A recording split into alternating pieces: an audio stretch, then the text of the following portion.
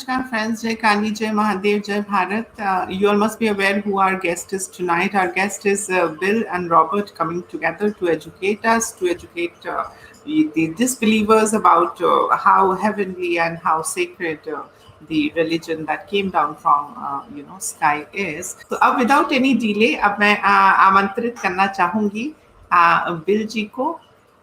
Bill, Namaskar. Thank you so much. Oh, thank you. Robert, thank you so much. Thank you. Good to see you. Yes, same here.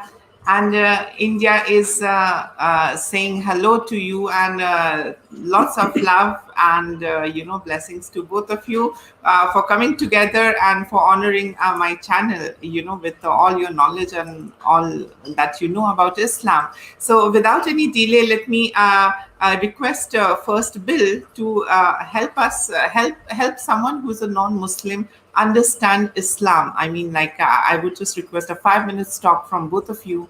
And first, I would request Bill to tell us what Islam is for someone who is not Muslim. How would they understand? Well, first off, you ask a most important question, and it is the place where we should start. Most people think that Islam is a religion found in the Quran. But if you read the Quran and push your way through it, you'll discover that there are many things that are not in it. And so how is a Muslim, he's commanded to pray 3 times a day, and yet Muslims pray 5 times a day. And exactly how are they supposed to pray? How's the zakat supposed to be administered? So there is a way out of this, which is there are 89 verses in the Quran which say that Muhammad is the perfect human being and that everyone should pattern their life after him.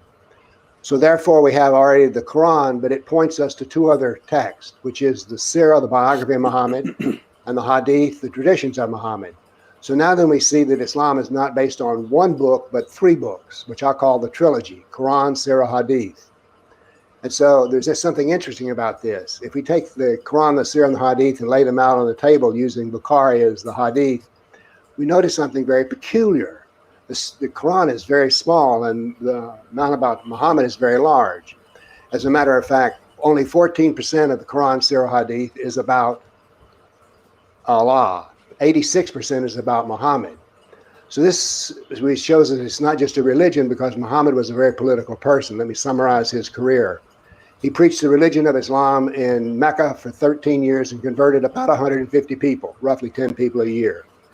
They found he was divisive in the community and created arguments, so they told him to leave town. He went to Medina, and there he became a politician and a jihadist.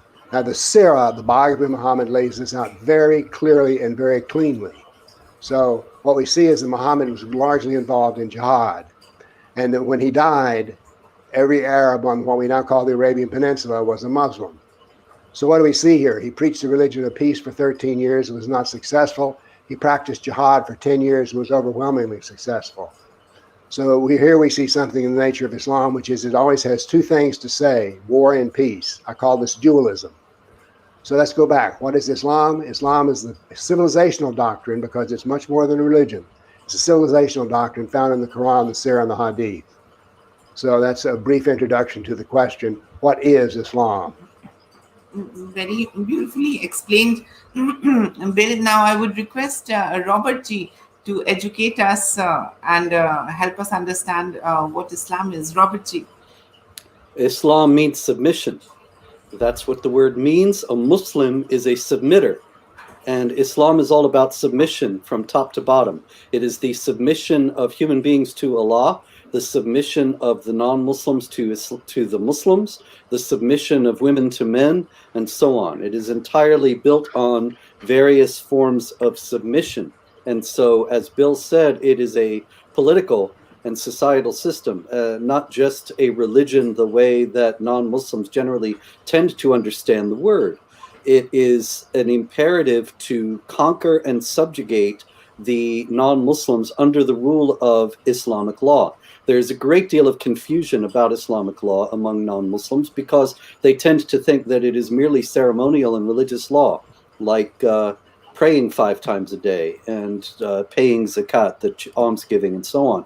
Whereas in reality, the Islamic law is a political system. that encompasses every aspect of life and is presented to Muslims as well as by Muslims as the perfect way that a society ought to be ordered. So if you are not basing a country's laws on Islamic law, then there is a mandate that is embedded within the Quran, which says, fight them until religion is all for Allah, in chapter 8, verse 39, to fight against any government that does not follow Islamic law. That includes Muslim governments that are relatively secular or do not impose Islamic law in its fullness. And that fight is open-ended and universal. It never ends. There is no peace treaty, there is no negotiation that will end it. Now, that is not to say that Muslims will not engage in negotiations or agree to a peace treaty, but you must understand that by the strictures of Islamic law itself, that is all just part of getting to their ultimate goal, which is the destruction of the non-Muslim polity and the replacement of it by one based on Islamic law. So this is a fundamental mistake that politicians in the West, as well as I would venture to say politicians in India, also make, that they think that there is some kind of accord that can be worked out. And that is, unfortunately, if you're talking about believing and knowledgeable Muslims, not the case, because there is no ultimate accord that will turn away the Quranic imperatives and the imperatives in the Hadith and the Sirah, as Bill mentioned, that will demand that Muslims must fight until the non-Muslims are all subjugated.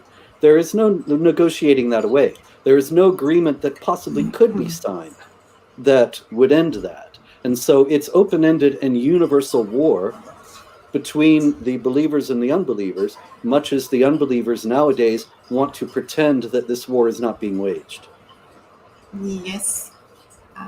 Beautifully explained, Robert G. Thank you so much.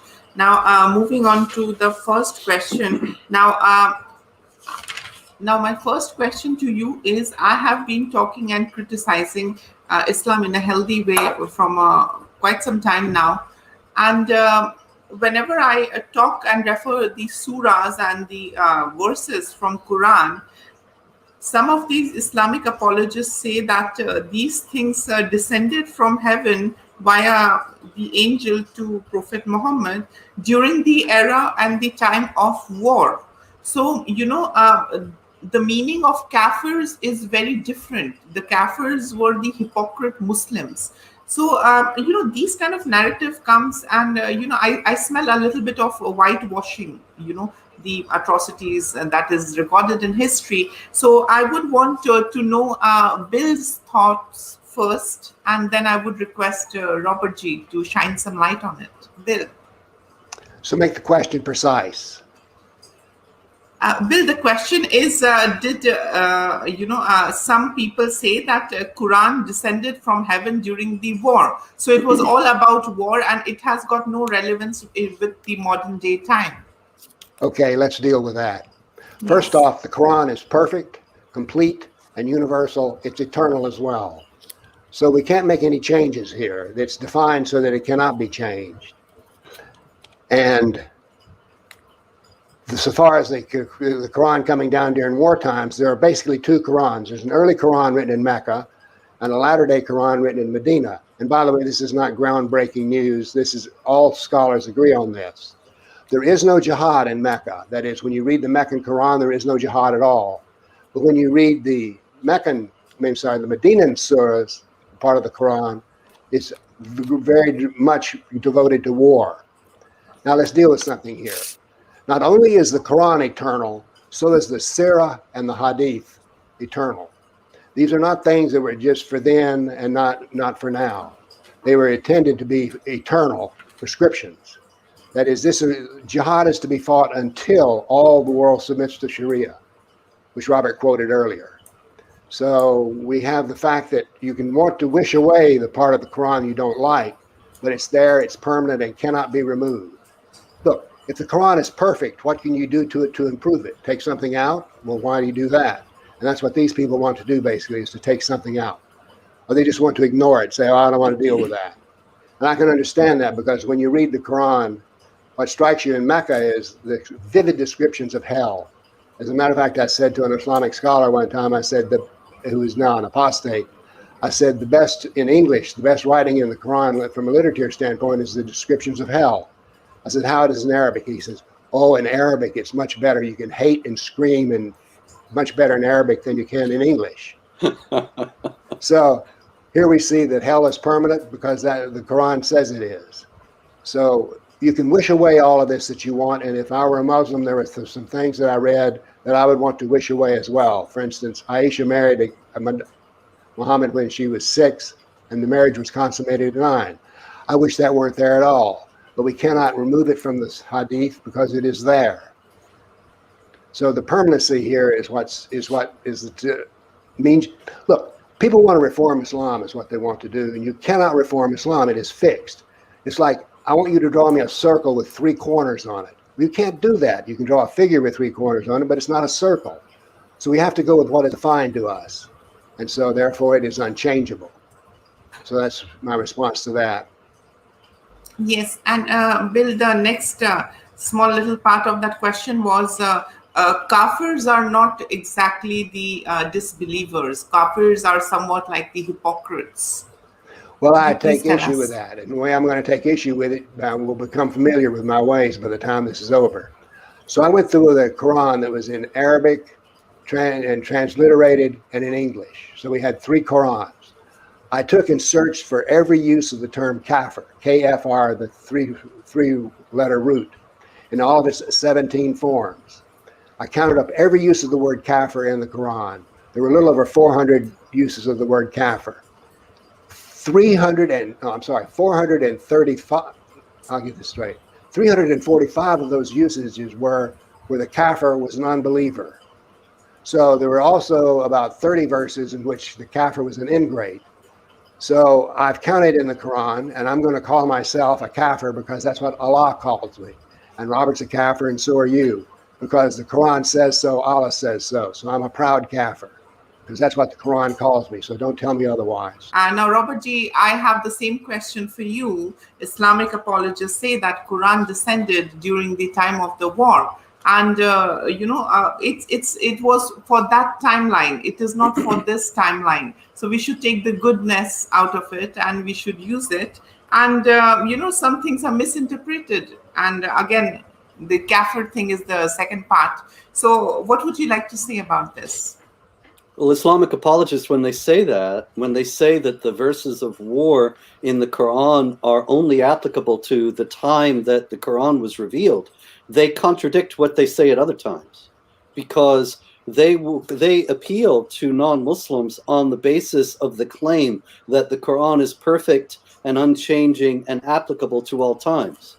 And then when you start to look at specific passages of it, they say, oh, no, that's not applicable to this time. And that's not applicable to this time. And by the time you're done, you might have a paragraph that's applicable to this time.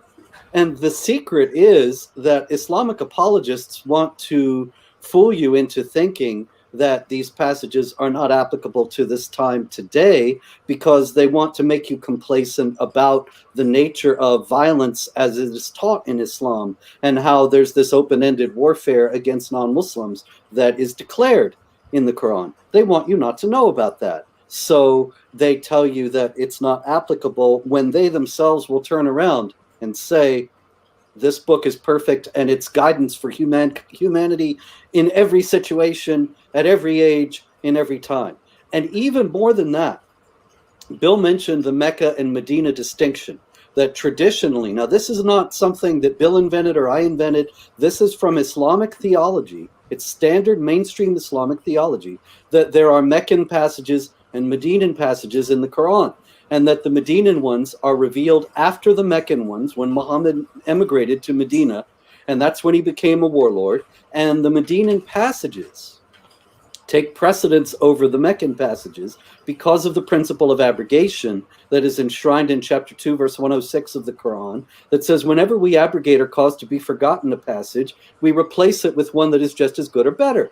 So, in traditional Islamic theology, mainstream Islamic theology, the Muslims who are watching this, they know this to be the truth, that they say that because the Medinan passages were revealed after the Meccan ones, they are the fulfillment of that passage in 2:106, and they cancel the Meccan passages wherever there's any conflict.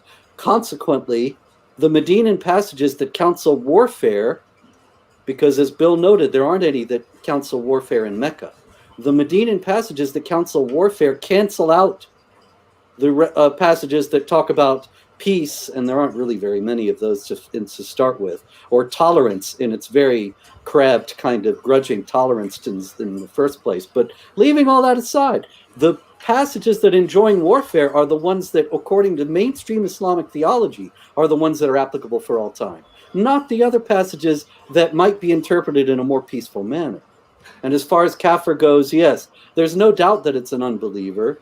It's very clear when you have passages like chapter 5, verse 17 and 72, which says that the kafirs, the unbelievers, kafara, are those who believe that Allah is the Messiah, the son of Mary. Now, that is a Christian idea that Jesus is divine. It's obviously not an Islamic idea. So right away, on the face of it, anybody who knows the Quran and knows, as Bill noted, the usage of the word, will see that it's referring to non-Muslims and not to Muslims.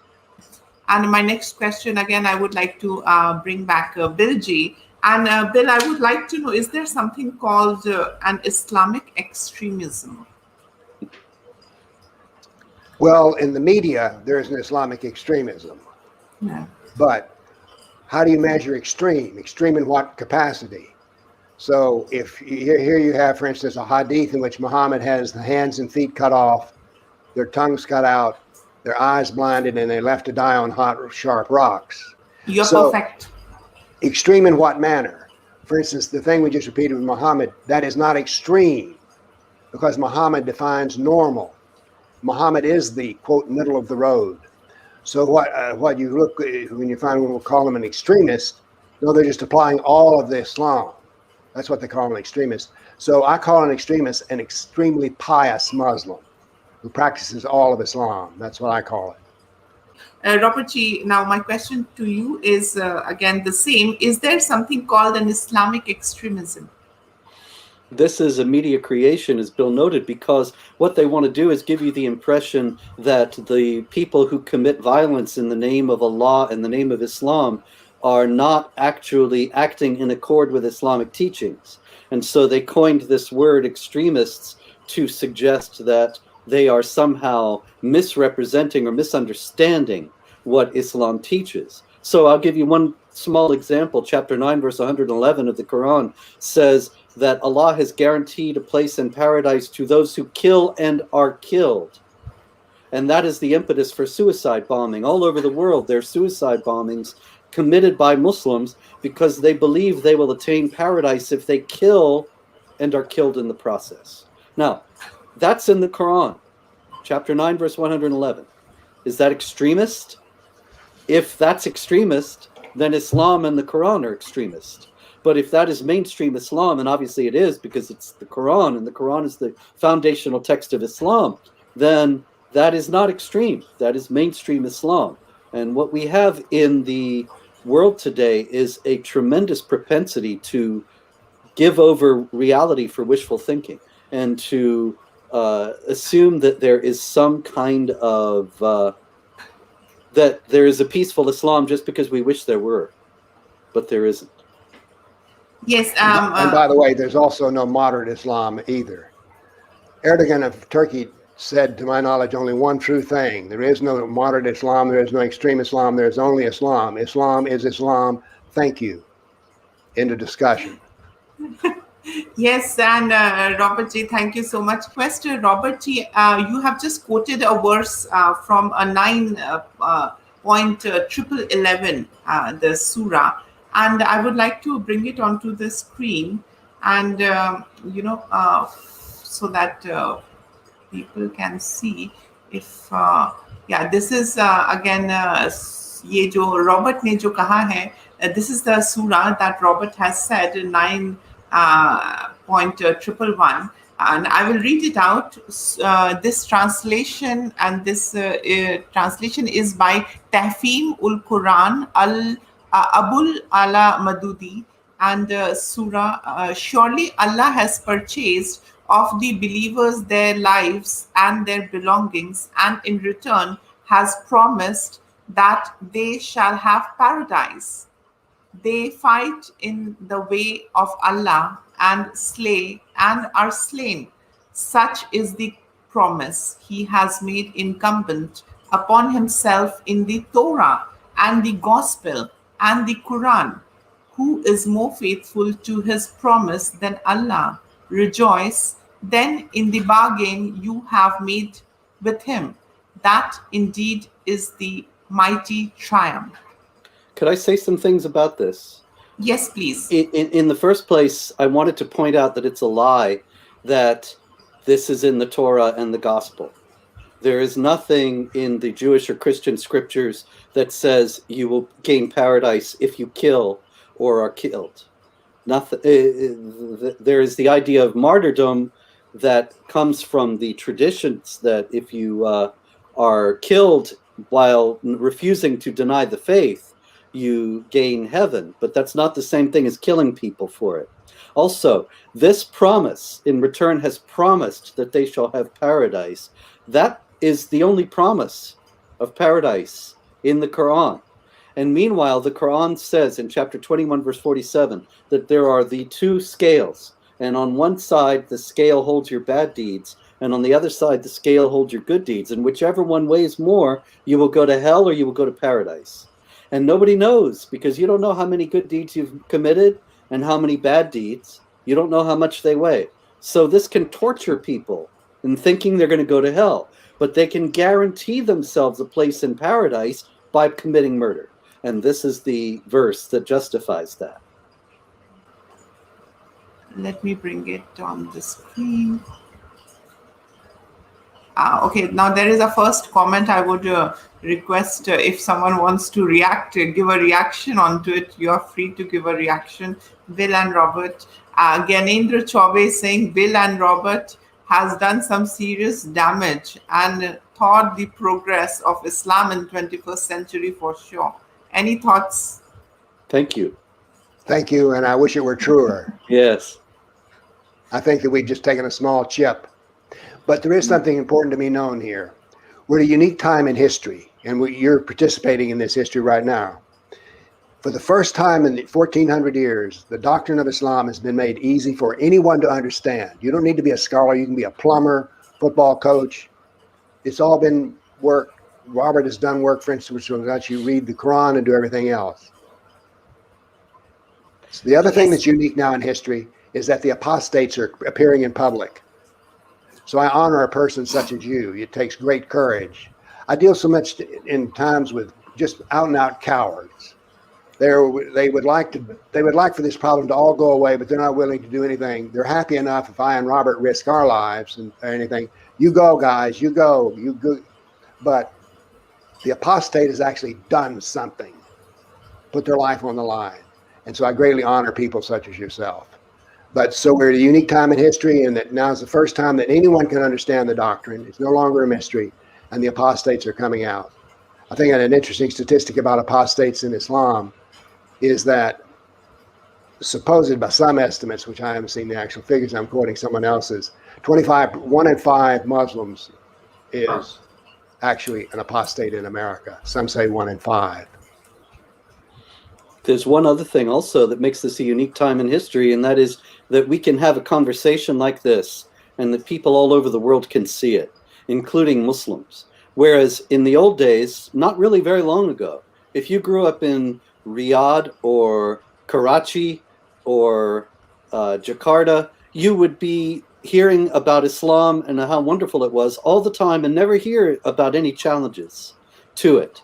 Whereas nowadays you can go online, and many Muslims are doing so, and they are seeing presentations that show the falsity of the Quran. They show the horrors of the obedience to Muhammad, how people in obedience to Muhammad and Islam are committing terrible acts of inhumanity all over the world.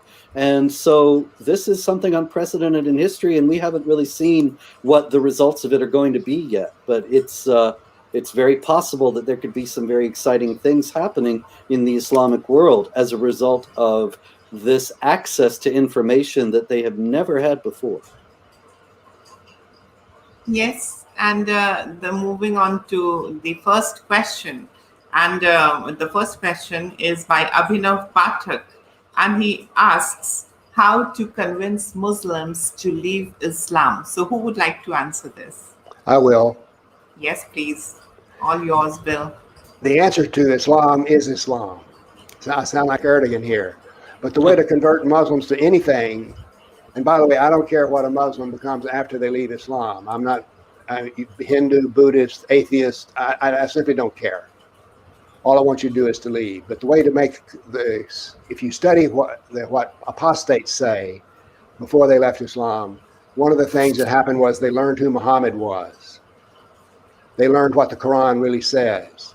So, because most Muslims do not, as we've already covered earlier, really understand what their doctrine is. So we explain it to them very clearly. And so this makes them uncomfortable, and in many cases, it makes them leave. I know of a Christian missionary in Australia who's converted 2,400 Muslims to Christianity, and he did it through the method I've just described.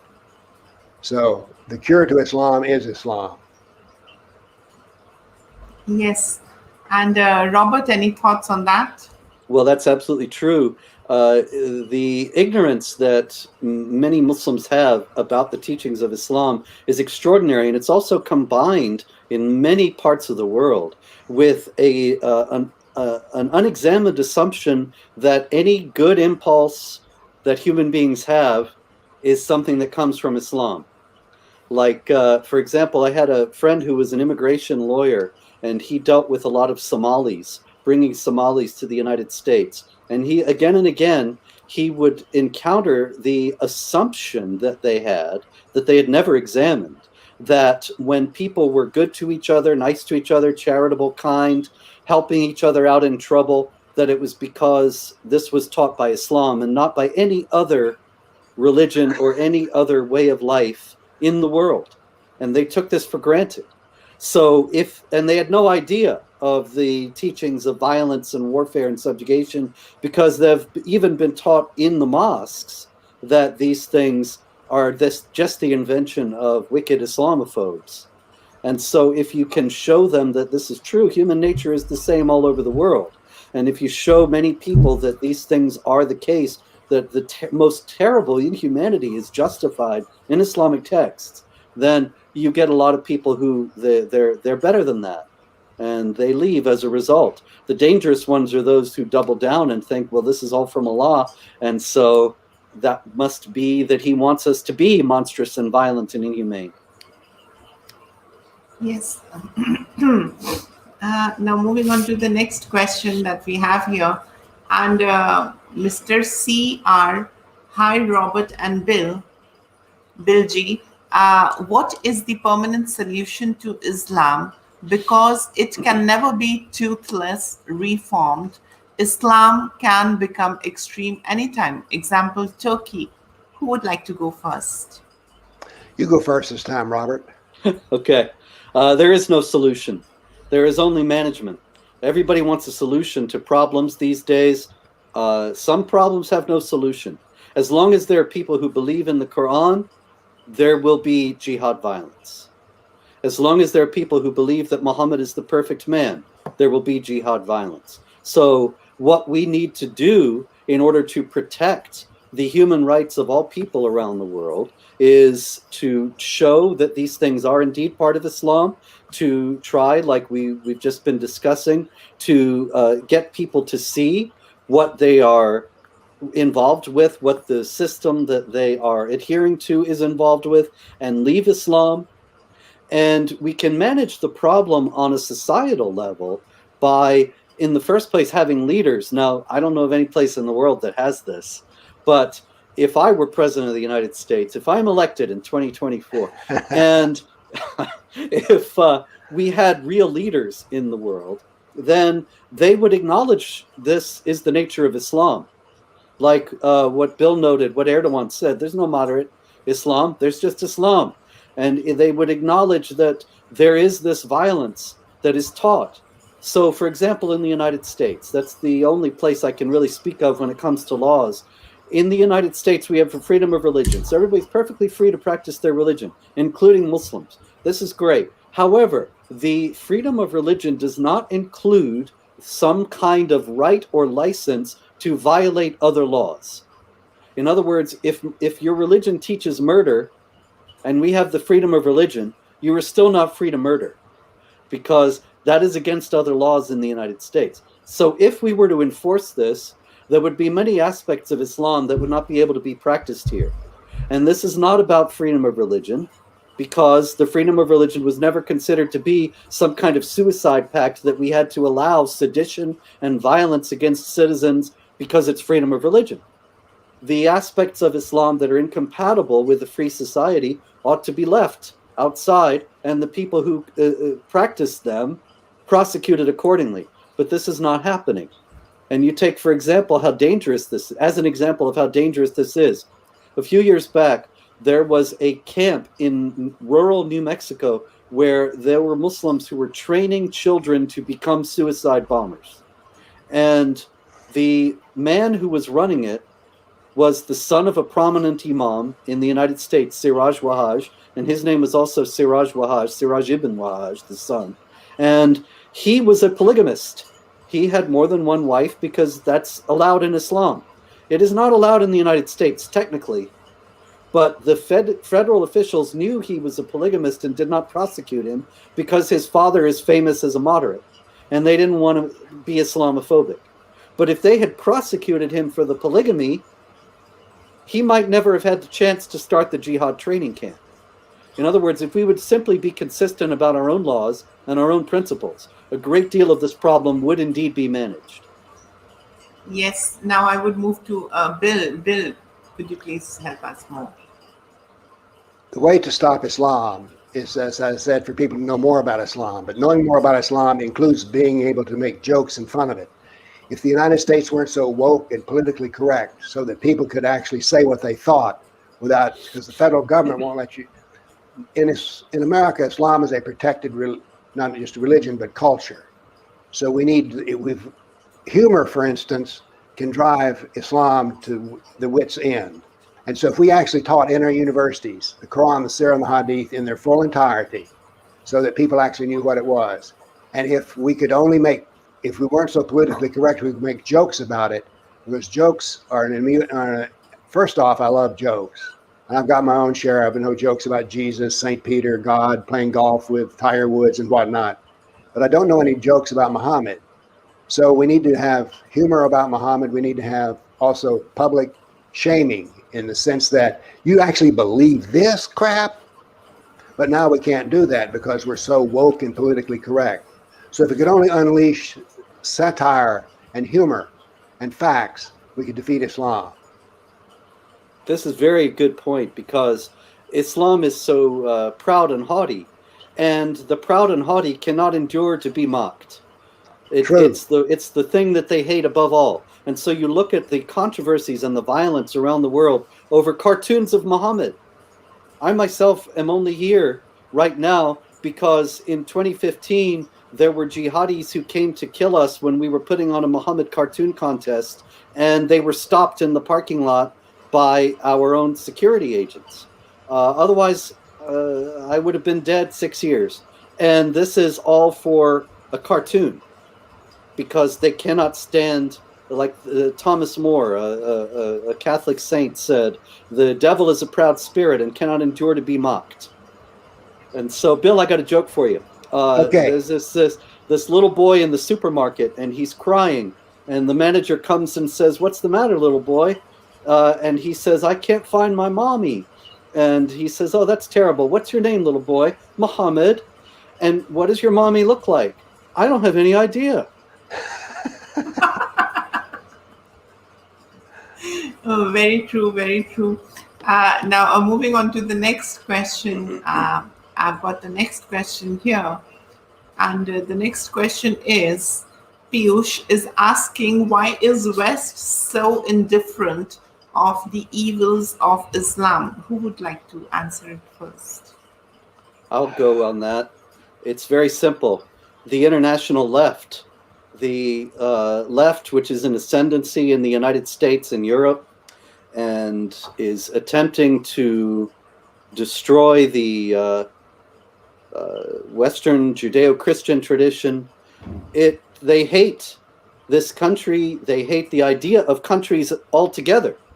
And so they hate the United States in particular because it has historically been a bastion of the things that they hate: free society, the Christian tradition, and so on.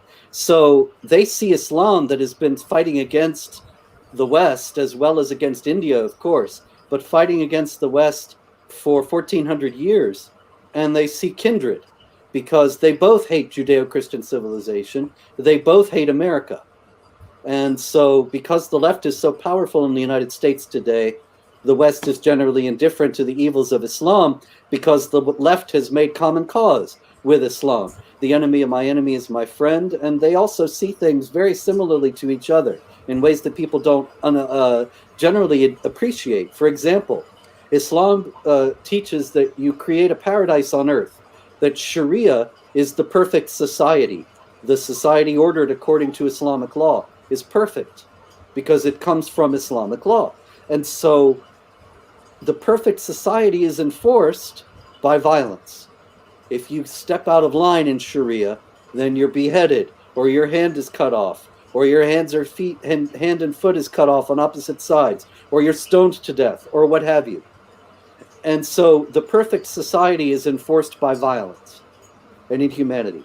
It's the same thing with the left. Whenever communists have come into power, they create a perfect society, the dictatorship of the proletariat, and they enforce it by terror, by concentration camps, by torture, by mind control, and so on. And so they're very, very similar to each other. They both want to create an earthly paradise that is enforced by means of violence.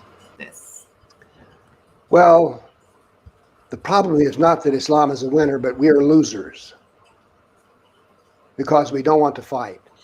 The United States, it is not a place that I recognize anymore from having grown up in it. And as I said earlier, I'm 80 years old. It used to be that we had a relish for a good fight.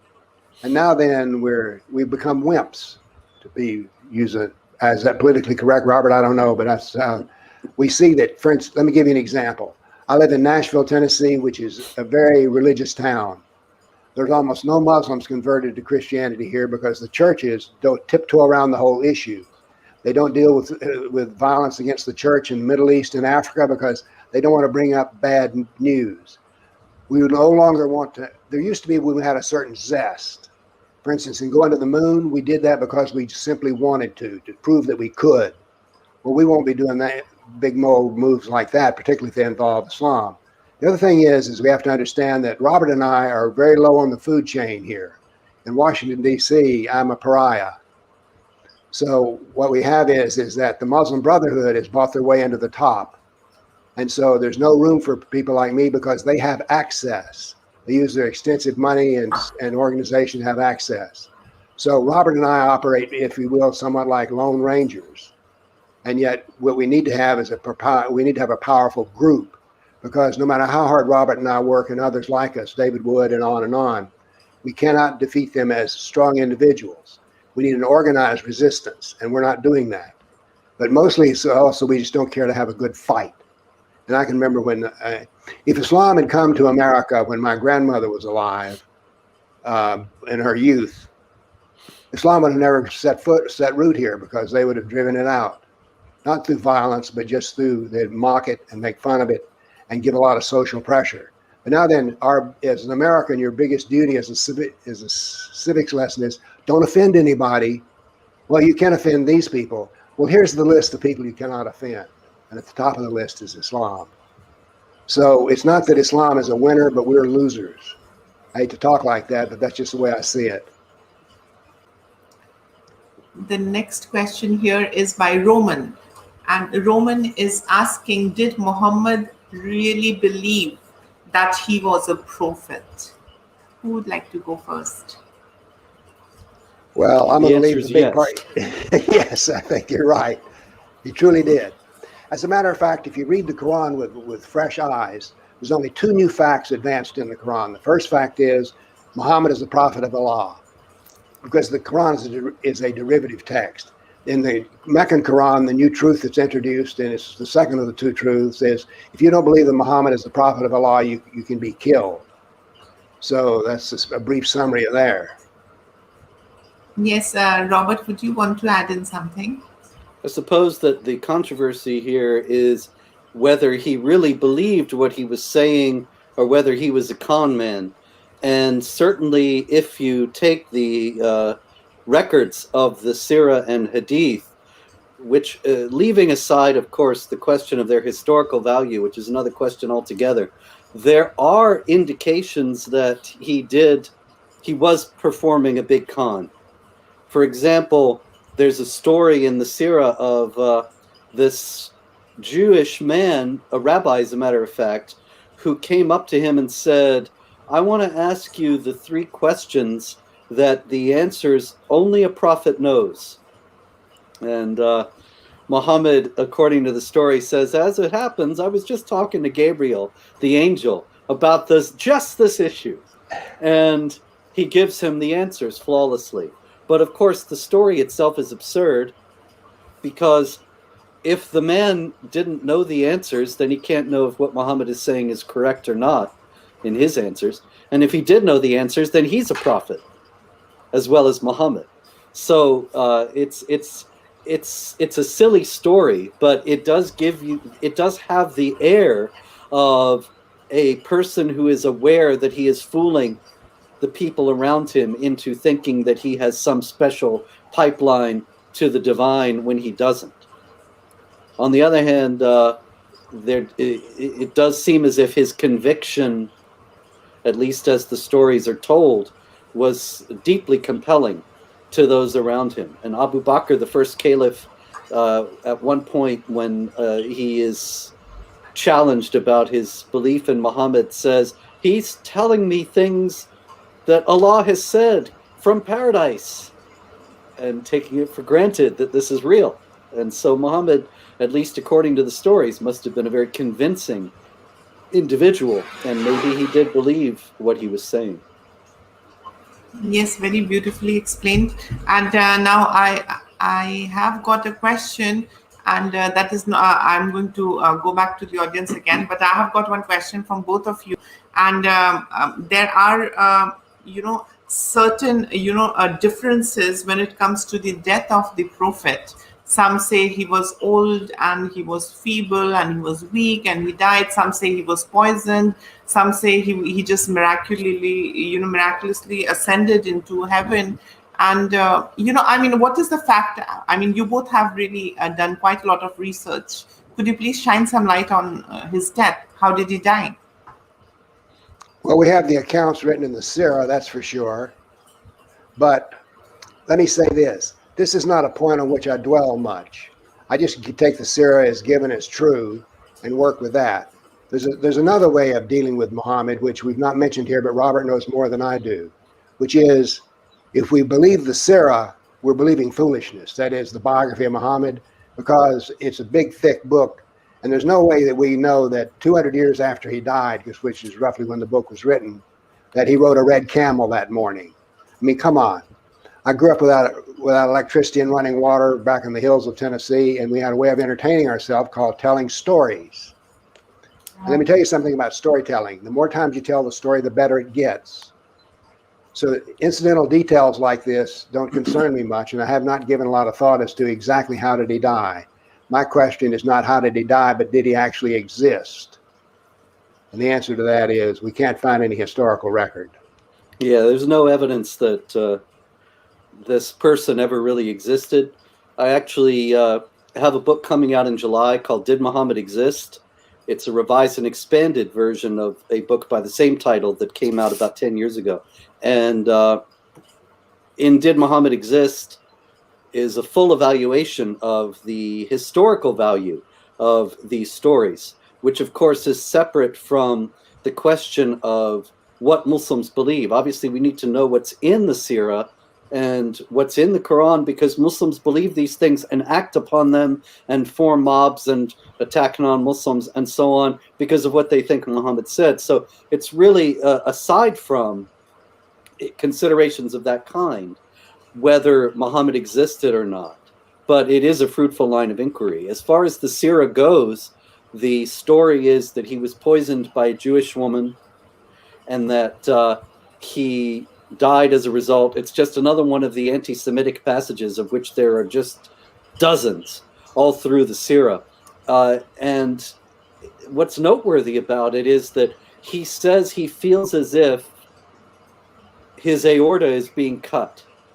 And what's funny about that is, I don't have the chapter and verse number in my head, but in the Quran somewhere, and I can send it to you later if you'd like, it says that these people who are false prophets, we will cut their aortas. And Yes. so there it is, Islam self-refuted. Yes. And by the way, this also adds, since he was killed as an act of jihad, this also meant that he's now goes directly to heaven, since he Yes. died in the act of jihad. Yes. Now, Oh, here it is. I had to give it to you. It's just a second. I'm almost there. It Yes, is please. Surah 69.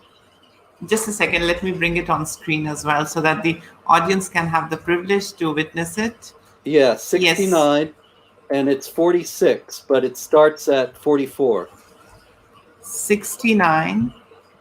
Yeah, go to 44, 69, 44. If you can get it through to 46, that would be best.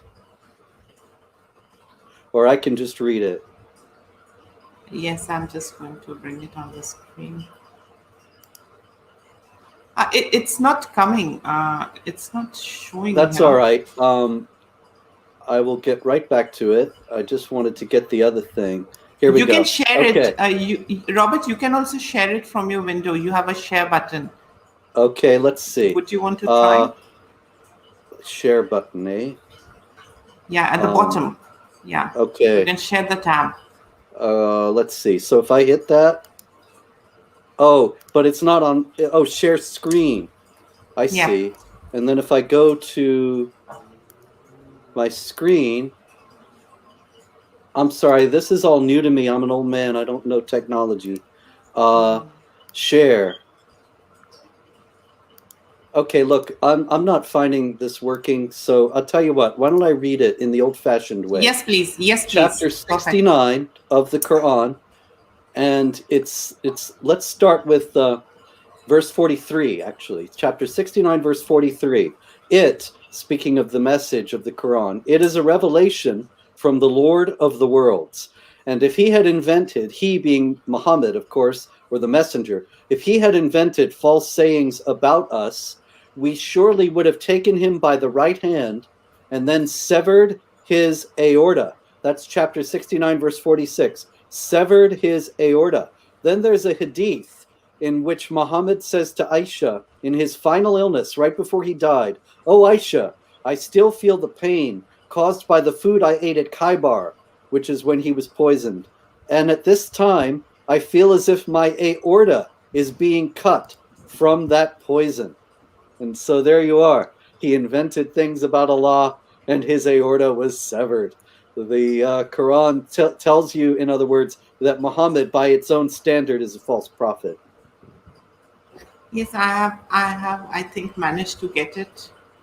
Yeah, that's 46. That's the end of that passage that starts at 44 or 43, saying that if he had invented, if he had invented false sayings about us, that's Allah, us, then we would have severed his aorta. So this is 46.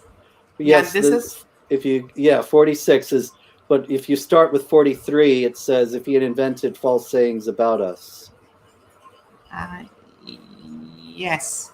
Yeah, it is a revelation of the Lord of all the worlds, and 44 is, it's very cumbersome there. Then you see Yes, had the messenger made up something in our name. There you go. So Yes. we would have severed his aorta, and then Muhammad in his final illness feels as if his aorta is severed. Oh God. That is really sad for him. Well, I suppose that's one way to look at it. But what's interesting about it is that by his own standard, then he's not a prophet. Yes, very true. Now, moving on to the next question that we have, I think we are flooded with a lot of questions. Uh, Now, moving on to the next question. The next question is Fakir is asking how to deal with those non-Muslims who are brainwashed into believing Muslim victimhood. Who would like to take it? Well, I can tell you what I do. That Yes. is, I've known many people who try to defend Islam, and they consider themselves good people, Christians or Jews, or just good humanitarians. And so they think that that's enough. And they also defend Islam. So what I do is I simply start off and ask them questions. What do you know? I never really, there's the Socratic method of asking questions. I never got very good at it until I started studying Islam and dealing with people who wanted to believe Islam was true. And so I asked them questions like, well, where do you get your information about Islam? Who do you believe? Have you done this? Have you done that? And by the time you get through with questioning, you put them in a serious doubting position because they realize that this is just kind of an idea they've absorbed somewhere. They've never read a book on the subject. They just want to believe the best out of all human beings. So I find that the cure for Islam is, once again, telling them what it is, but not telling them, but asking questions so that you can tell them the right answer. Because they don't know anything, it turns out. But at least the apologists that I've met. Yes.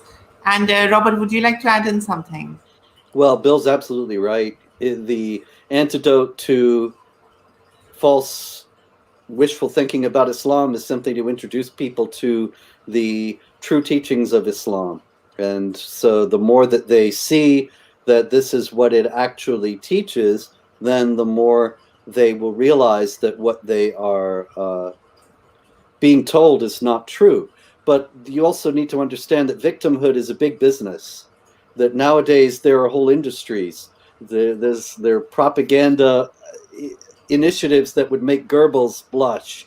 The idea of Muslims as victims is pushed everywhere. As a matter of fact, I make fun of it frequently because every time there's a jihad attack, there is the stories of the backlash, that the media puts out stories about how Muslims in the area where the attack was are now afraid they're going to be attacked in backlash attacks. Every time.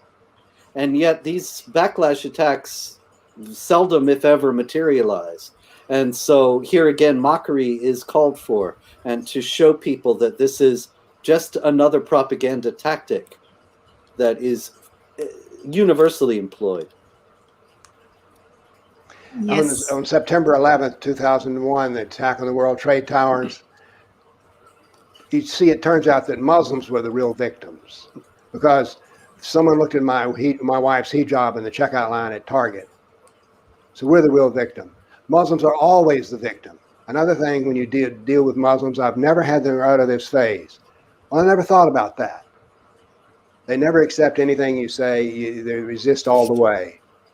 But this is not so bad when you're dealing with non-Muslims because they're just simply apologists. Okay, now moving on to the next question. CR is asking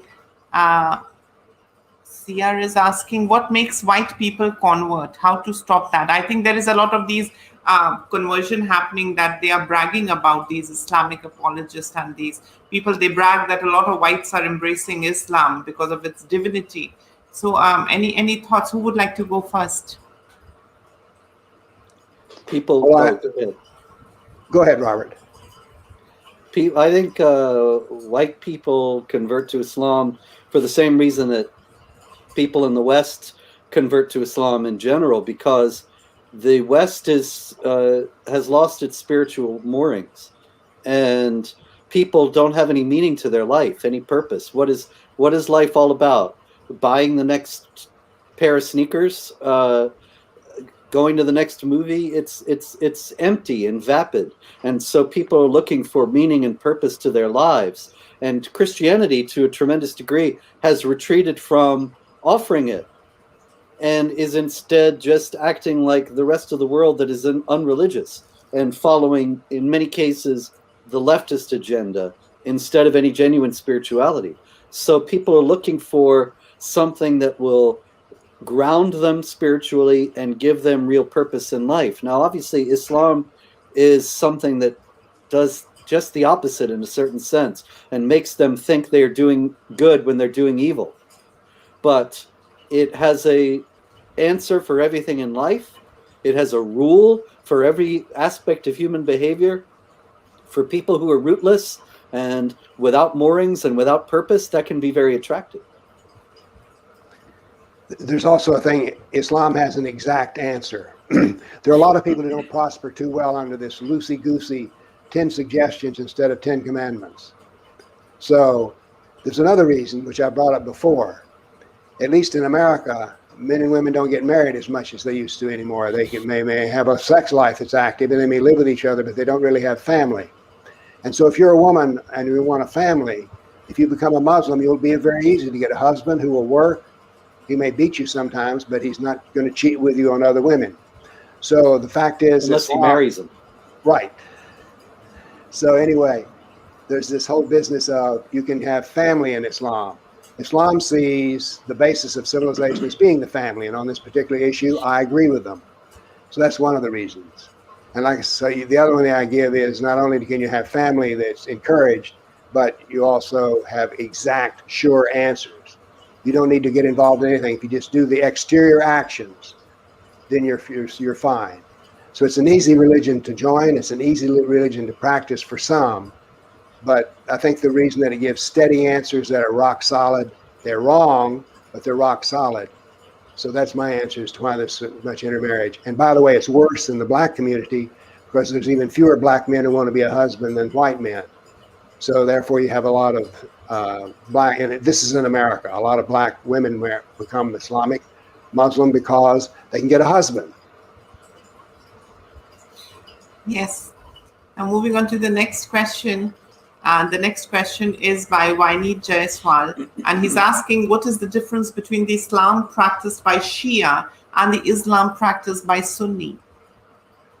Robert, it's your question. I don't really deal with this. This is what I call a religious question, and I only deal with what I call political Islam, that is Islam that impacts me, and the differences between a Shia and a Sunni when it comes to that is a religious question. Robert knows more about it than I do. Okay, the Shia and the Sunni split about what the leadership of the Islamic community would be.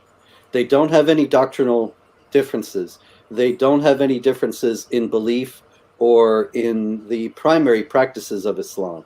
Shiite religiosity, Shiite piety is a bit more emotional and a bit more spiritual, and in a sense, it's wrong, but more involved with actually trying to establish some kind of connection to God, whereas Sunni theology spirituality is more just follow the rules, do what you're told, that's it. Although, of course, there's a lot of it in Shiite piety as well.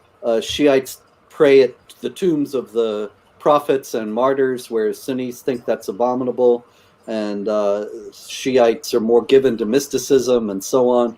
But the primary difference is that after Muhammad died, according to Islamic tradition, the Shiites insist that he appointed Ali ibn Abi Talib, one of his followers, his nephew, as his successor. And the Sunnis say, no, he didn't do that. And Ali was passed over 3 times to be the caliph, the successor of Muhammad, and then finally became the caliph and ultimately was murdered. So this became the foundation of a lasting split. And because Islam considers rebels, heretics, apostates, and so on, those who reject legitimate authority, to deserve the death penalty, they've also been killing each other for 1400 years. Sunnis are about 85% of Muslims worldwide. Shiites are the other 15% or most of it. Their Shiite Islam is the religion of the Islamic Republic of Iran and Bahrain. There's a majority Shiite population in Iraq, and there is a significant minority Shiite population in Saudi Arabia, as well as Pakistan and elsewhere, but mostly, with 85%, most of the Muslims around the world are Sunnis.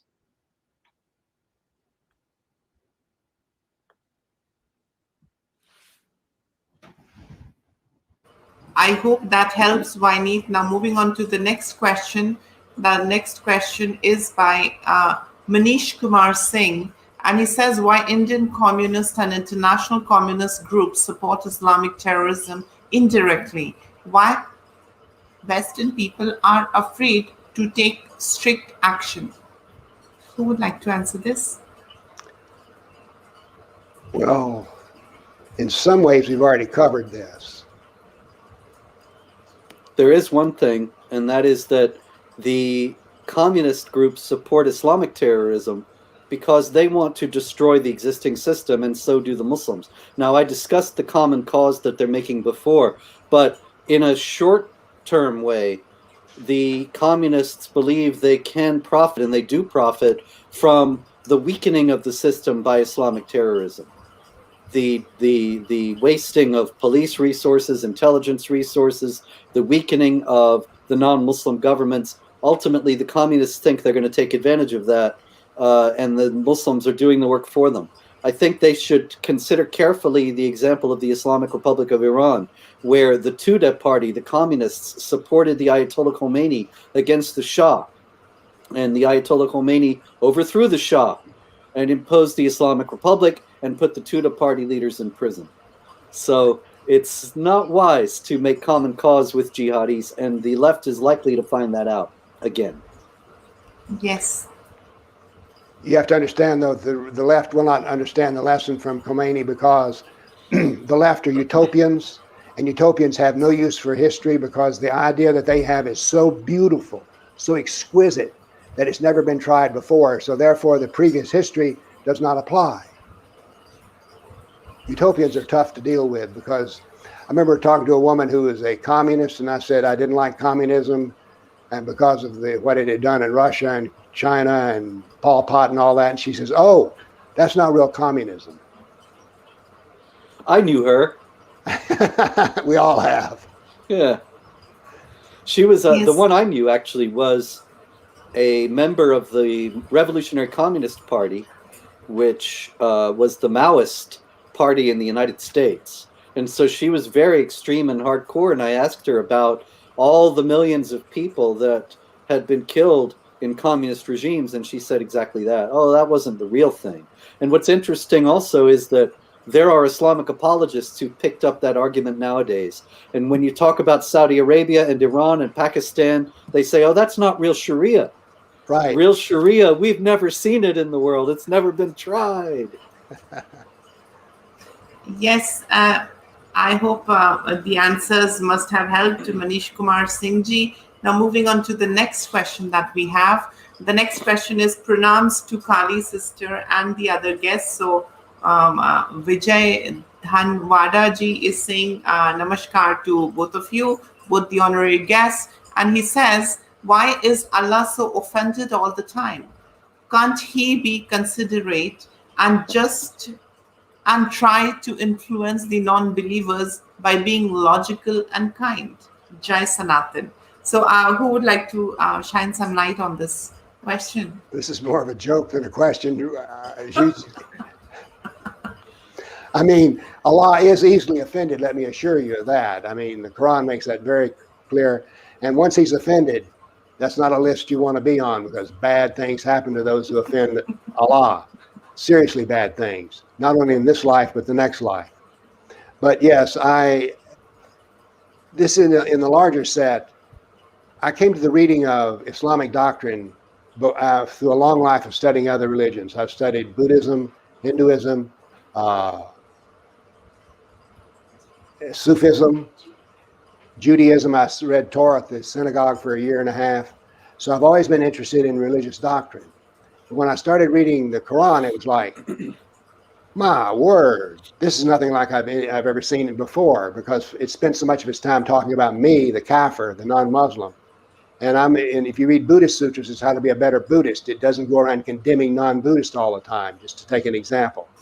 So I think what we have here is the general question of Islam is so shocking. This compassionate Allah is sitting there rubbing his hands in glee as you turning on a spit of fire in hell. So that is, I think, a reaction that we've all had when we read this. The other thing, Muhammad is the prophet. Well, I never thought about a prophet being like that, thank you. He was involved in combat 105 times, not necessarily as a leader, but as someone who sent them out. So this is a very different kind of prophet to me, and it's a very different kind of God. And I think this question expresses that. Why couldn't he, being logical and kind? I like it.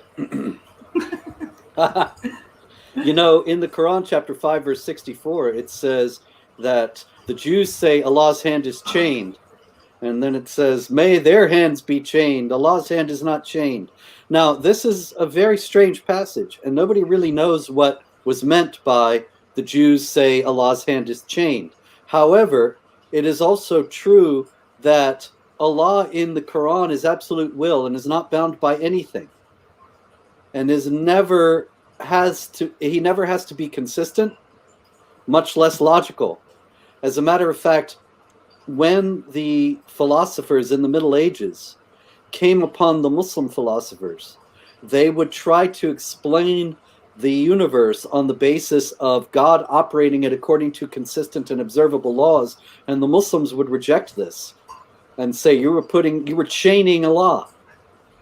You can't restrict Allah to be consistent and logical. That would be limiting his power. And by the way, this has had sad consequences inside the Islamic world. Let's measure intelligence by Nobel Prizes. There are almost no Nobel Prizes granted to Muslim research scientists, and if they are, it's in conjunction with a kafir, and it is not in an Islamic land. So the reason for this is, basically, if you really believe Islam, there are no laws of nature. And there is no cause and effect. Well, once you say there's no laws of nature and there's no cause and effect, goodbye science, that's for sure. And I'm a physicist, and I know this to be true. So. Yes. But it's 20 still offended all the time. Yes. Now, moving on to the next question. And the question is by Hindu Facts. And he's asking, where were the Hindu and Christian or any other non-Muslim kind mostly ignorant about Islamic ideology of jihad? What percentage of conversion was forced and what amicable? Who would like to answer this? I'd say that there were, for the most part, throughout history, the number of people, the percentage of people who've converted to Islam because they think it's true or wonderful is vanishingly small. And that the system of dhimmitud that mandated second-class status for the non-Muslims, that is what is responsible for most of the conversions throughout history all over the world. That life was made so miserable for the non-Muslims in Islamic society, and all they had to do to get free of all the misery was convert. They converted. There are probably more people today who are converting to Islam out of conviction than ever before in history. Not because Islam is any more true and wonderful, but because of that spiritual emptiness and hunger that we were discussing earlier. Plus a general decline, intellectual decline in the West. Yes, very rightly answered. Now I'm moving on to the next question that we have here. And folks, we have got 15 more minutes that I can request my guests to be on the show. And after that, we will be ending the stream. So if you all have got some real interesting and, critical questions that you all want, please do ask. And yes, moving on to the next question. Bad Boy says, normal white people are in deep sleep. Sir, what's RSN? What's the reason? Oh, what's the reason? Okay. Well, it's certainly true.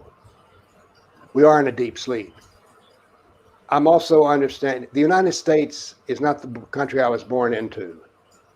now. I mean, the United States of my youth is simply gone. We used to have something called the American dream, not just a higher tax bill. We have lost. There's also been a certain feminization of the West. And so people are not assertive. And you don't want to, and the major social thing you want to do is you don't want to offend anybody. Political correctness. So these are our problems. That's because if you're politically correct, you cannot possibly be a reasoning man. So it is indeed, we're putting your finger on the real problem. The problem is not Islam. The problem is us. And we're losing our own moral thrust. We're not sure of ourselves anymore. And the gain in power of the left is certainly hurting this country. But people are no longer intellectually bold. For instance, Robert and I can create a riot simply by going onto a campus offering to debate someone about Islam. Right, Robert? Yes. If we aren't just thrown off the campus right away. Right. So anyway, so they don't even want to hear conflicting ideas. The whole media is now set up to tell one story. The universities, which used to be centers for teaching rational thought, now give you an ideology. This is the answer. Believe it or fail your test. So the problem is we've lost faith in our own society. And that is the problem. As I've said before, it is not that Islam is a winner, but we are losers. Robert, you want to add to that? Well, you're absolutely right. And the thing about the educational system and the decline of teaching of rational thought, the decline of teaching people how to think, and instead our universities teach them what to think, and this has been going on for decades, is that people don't know how to think. They don't know how to discern. They don't know how to distinguish truth from falsehood. And so they're very easily led. And this is a growing problem in the West. In the United States also, we've had such material wealth that people have become weak and soft and addicted to comfort. And meanwhile, they're miseducated and diseducated and uneducated. And so they don't know what's right and they don't know what's wrong. They have no will to fight for what they understand as freedom, and they don't even appreciate what freedoms they have. I'm amazed all the time when I see the growing censorship and the growing extinguishing of dissenting voices in the United States, and I see young people cheering because they've been brought up to think that it's some terrible thing to have free inquiry and free thought, and that we all have to just fall into line. And so this is just the recipe for an authoritarian state, and that's what's coming here, and worse after that. Yes, and now moving on to the next comment that we have here is Shrikant Kumhar, and Shrikant Kumhar says, Arabian supporters are ashamed of nothing but offended by everything. Well, why should they be ashamed of what Allah told them is good? Yes. And moving on to the next question that is there, Sushil M is asking, what are litmus tests to confirm person is an apostate? Well, there are some things you can ask to see if they're willing to create blasphemy with ease. But we also have to remember this. We're going to introduce the word taqiyya. One of the things is, the shortest hadith is war is deceit. So we're always faced with the deception aspect of Islam, which Muhammad was a deceiver. Allah calls himself the greatest of deceivers. So we have a question here as to how do you really tell?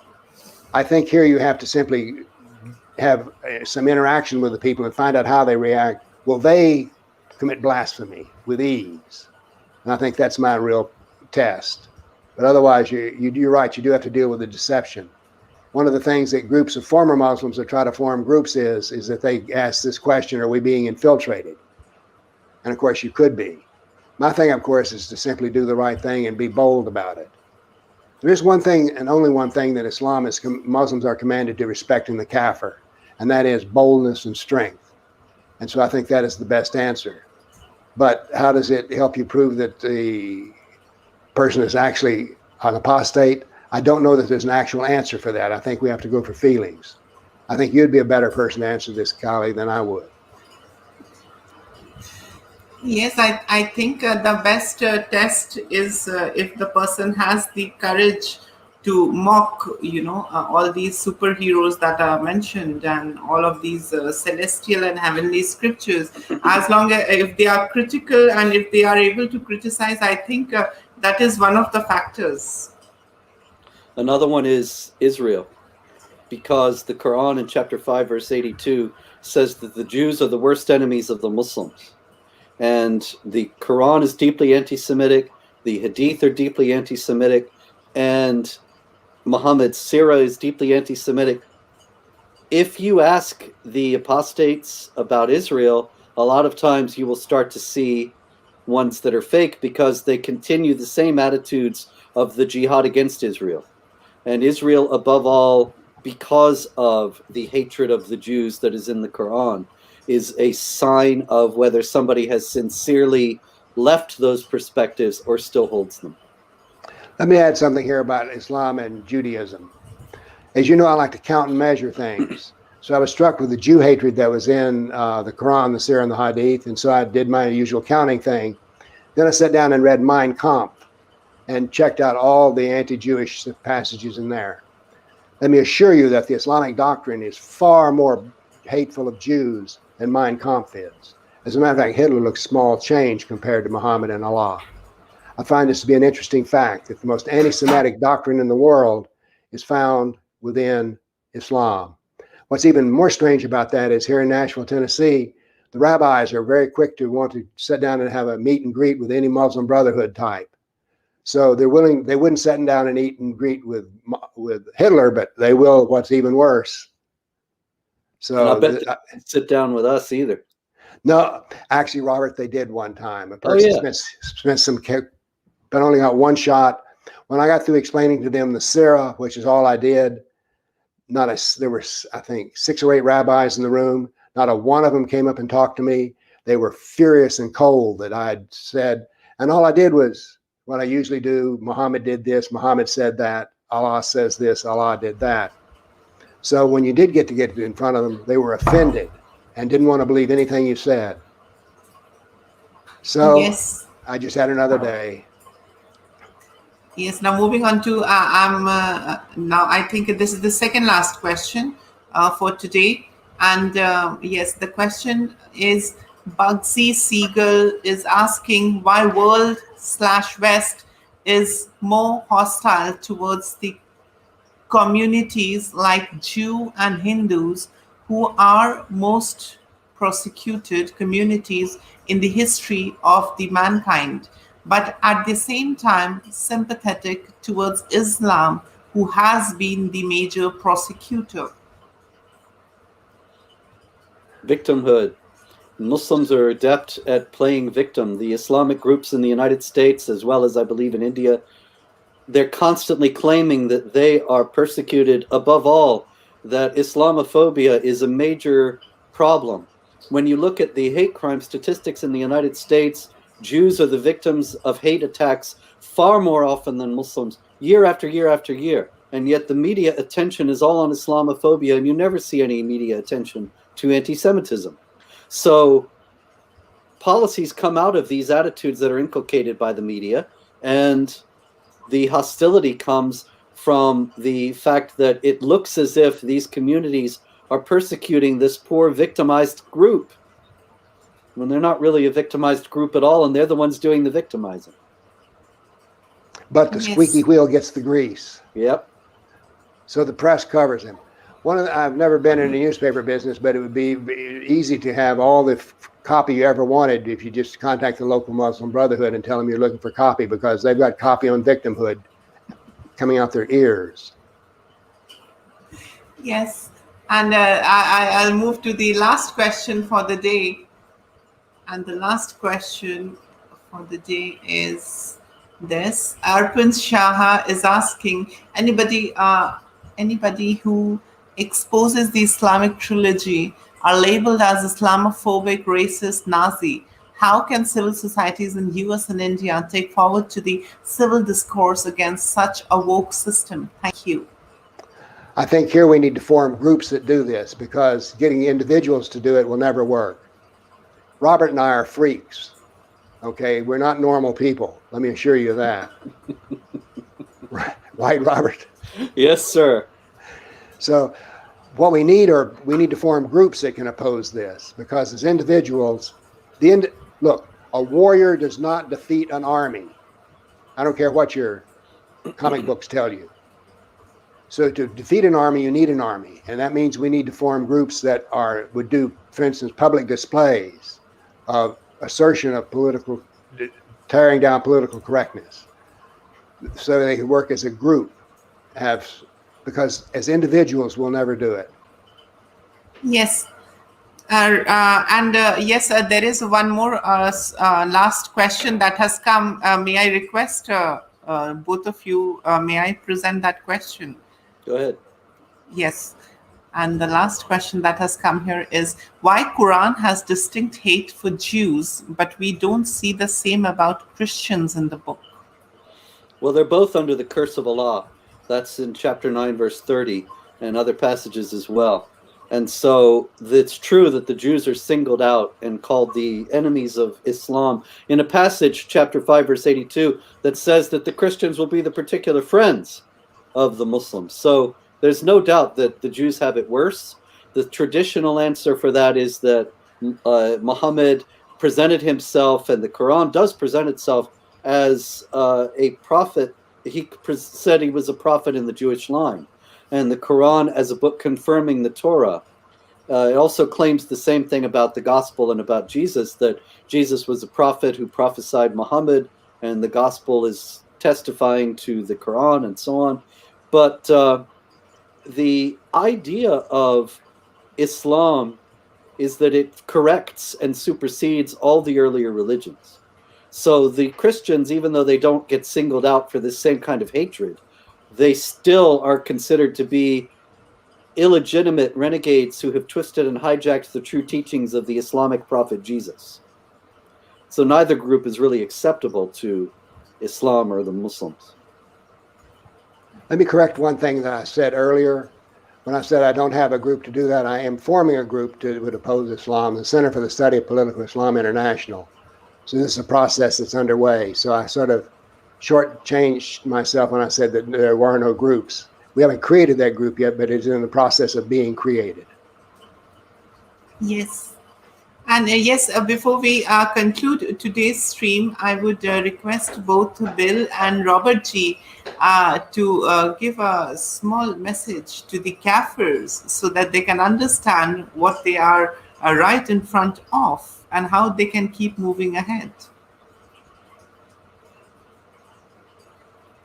Bill. Say again, I missed the question.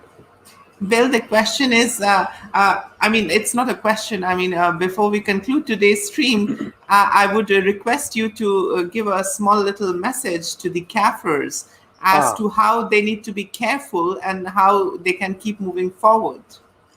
Well, I'm an educator, and so that's my whole answer to all these questions about Islam is education.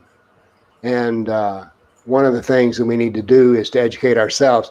We cannot depend on the education that we'll get out of the media. We must instead educate ourselves.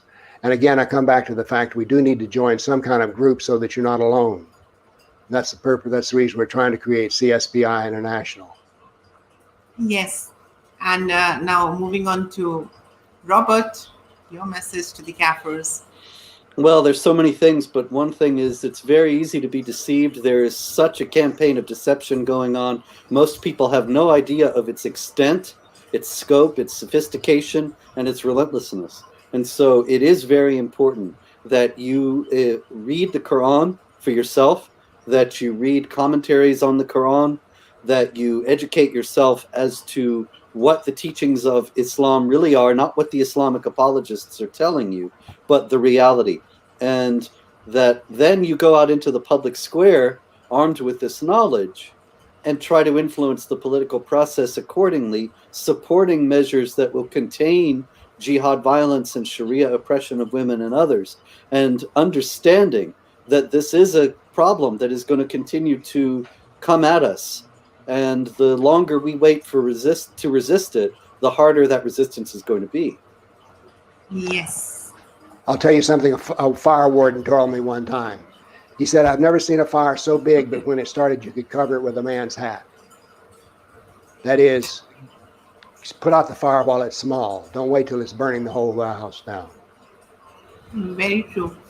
And yes, with this, we have come to the end of the stream. And I would request all my viewers to check out all of the books that is written by Robert Spencer and Bill Warner. And they have got their dedicated websites where you all can go and reach out to them and connect with them.